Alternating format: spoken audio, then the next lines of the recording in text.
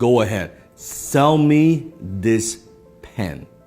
Today I'm going to teach you how to sell anything to anyone, anytime. Now, when it comes to selling, when it comes to closing, there's so many techniques and so many ways. Today, I'm going to share with you 3 powerful secrets that you can use to sell anything to anyone. The very first secret is this.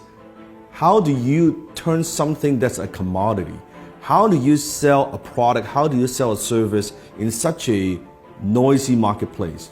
Number 1, understand this. People don't buy because of logic. People buy because of emotion, and they justify it with logic. People buy based on emotions, and they justify it with logic. I want you to think of something that you want to buy in your life. It could be a car, it could be a house, it could be anything. Just want you to picture that. Once you have that in your mind, I want you to ask yourself this question.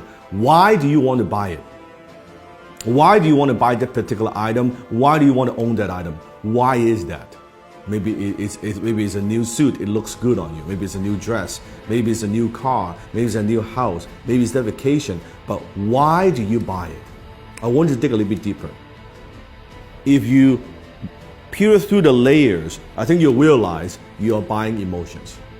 Maybe you buy the item because of greed. You want to make money or you want to save money. Or maybe it's because of generosity, that by buying this item is going to help other people. Have you noticed sometimes even there are companies out there, if you buy this particular product, they're going to donate a certain amount to charities? Maybe you buy because of generosity. Maybe because of shame, that if I don't buy this, I'll look foolish. If I don't own this, I'll look foolish. Or maybe it's fear, that if I don't buy this, I'm going to be missing out. I don't want to miss out. Maybe it's an escape, that you go on the vacation, your 9-to-5 job is driving you fucking crazy, and you say, oh man, I need some time off. Maybe doing it, buying it because of escape. Whatever those reasons are, those are very often emotional reasons. So you buy because of emotion, and you justify it with logic. So think about when you're selling something to somebody. Are you just talking about features and benefits? What this thing would do for you? Or are you pushing those emotional hot buttons? I remember one time I was in Harry Rosen, which is a very well-known kind of menswear store, high-end in Vancouver. I walked into the store and I was walking by the Tom Ford section.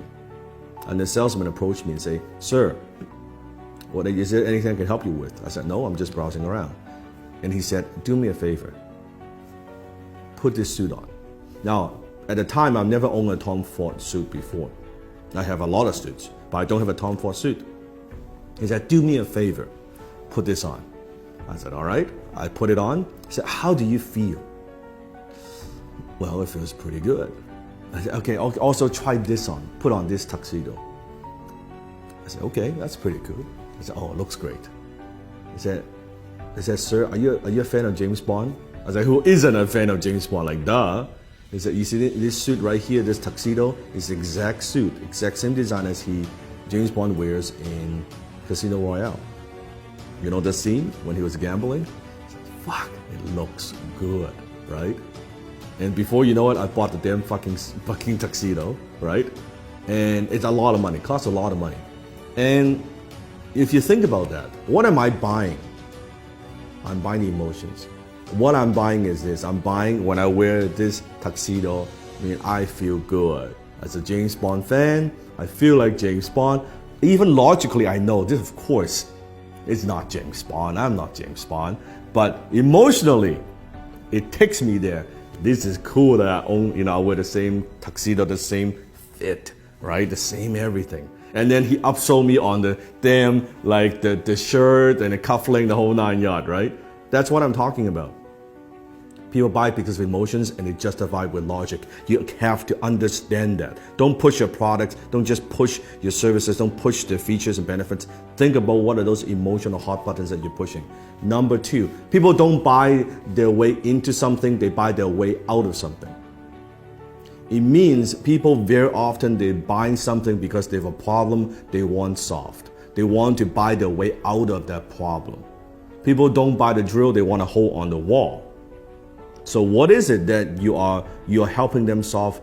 What problem? What is it? What is that thing? You have to understand. So I always say the amount of money that you make is in direct proportion to how deep you understand your marketplace's pain. The amount of money you make is in direct proportion of how deep you go, how much you understand your marketplace's pain. So you have to understand what it is, what are the pains that people have, and how can you help them relieve some of that pain. So think about that. Number 3, people don't buy products and services, they buy stories. Because when there are so many choices out there in the marketplace, on the internet, any product that you want, there are hundreds and hundreds of choices. How do you stand out? How do you add emotions to a commodity, a pen? What's the difference between a $2 pen like this or an $800 Mont Blanc John F. Kennedy limited edition exclusive pen? $800 pen. It's the same pen. It's the same functions. Story. When you add story to an item, suddenly when you add the John F. Kennedy, the president's story attached to a brand, to a logo, it is 10 times more valuable. It is 100 times more valuable. It is 300 times more valuable, that particular pen. All because the story, it writes the same. A $2 pen you can write too. That's the difference. So think about what's the story? How can you inject stories into everything that you do? Maybe it's your origin story. How did you get started? Why do you do what you do? What are also stories of your customers?